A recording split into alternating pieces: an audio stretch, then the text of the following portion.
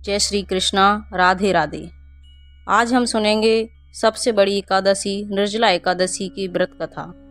मेरे सभी भाई बंधुओं माताओं बहनों को निर्जला एकादशी की हार्दिक हार्दिक शुभकामनाएं।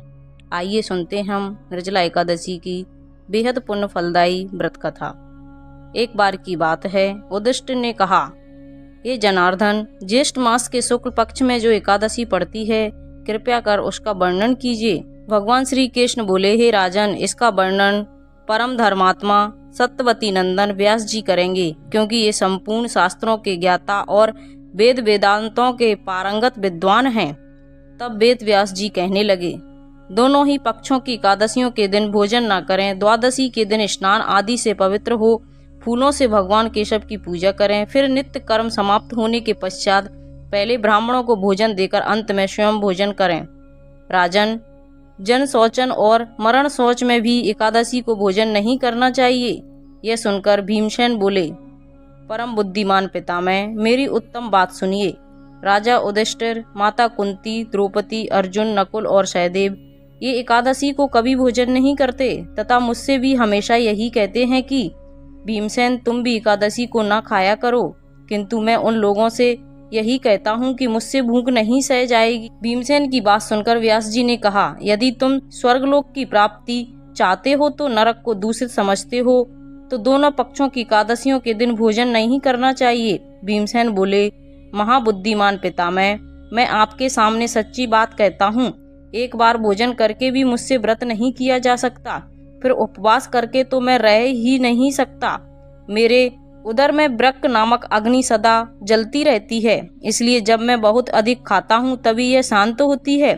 इसलिए महामुनि, मैं वर्ष भर में केवल एक ही उपवास कर सकता हूँ, जिससे स्वर्ग की प्राप्ति सुलभ हो तथा जिसके करने से मैं कल्याण का भागी हो सकूं। ऐसा कोई एक व्रत निश्चय करके आप मुझे बताइए, मैं उसका विधि विधान से यथोचित रूप से पालन करूंगा। व्यास जी ने कहा, भीम, ज्येष्ठ मास में सूर्य वृष राशि में हो या मिथुन राशि में, शुक्ल पक्ष में हो एकादशी, उसका यत्न पूर्वक निर्जल व्रत करो। केवल कुल्ला करने के लिए ही मुख में जल डालना चाहिए, उसको छोड़कर किसी भी प्रकार का जल विद्वान पुरुष मुख में न डालें, अन्यथा वह व्रत भंग हो जाता है। एकादशी को सूर्योदय से लेकर दूसरे दिन के सूर्योदय तक मनुष्य जल का त्याग करे तो यह व्रत पूर्ण माना जाता है।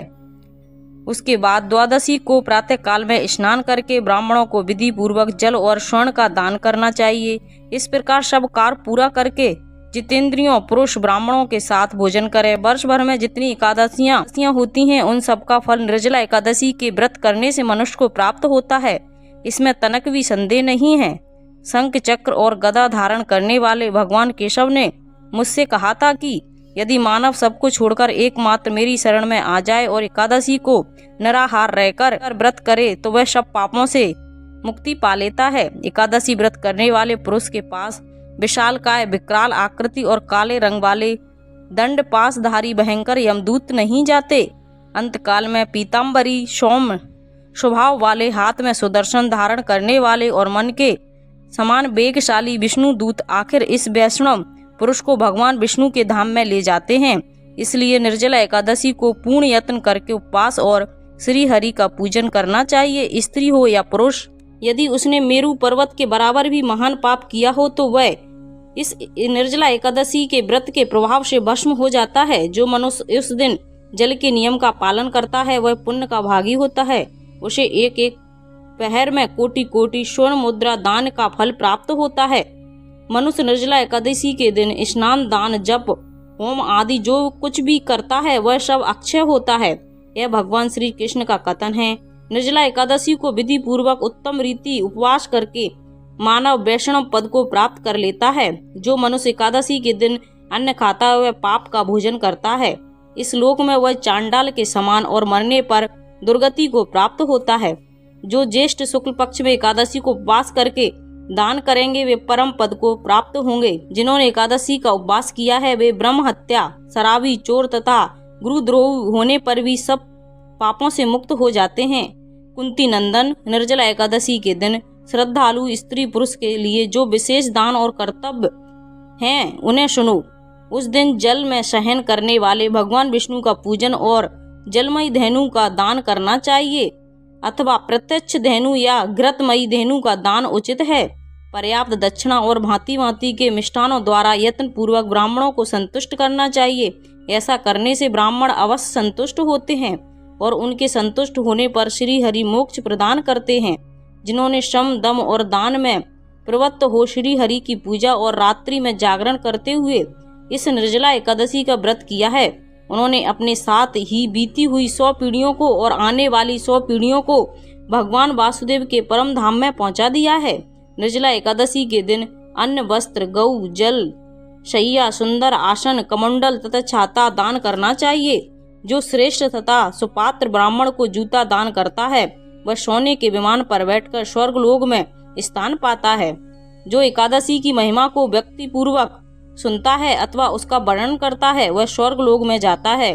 चतुर्दशी युक्त अमावस्या को सूर्यग्रहण के समय श्राद्ध करके मनुष्य जिस फल को प्राप्त करता है वही फल इसके सुनने मात्र से प्राप्त होता है। पहले दंत दावन करके यह नियम लेना चाहिए कि मैं भगवान केशव की प्रसन्नता के लिए एकादशी को निराहार रहकर केवल कुल्ला करने के सिवा जल का भी त्याग करूंगा।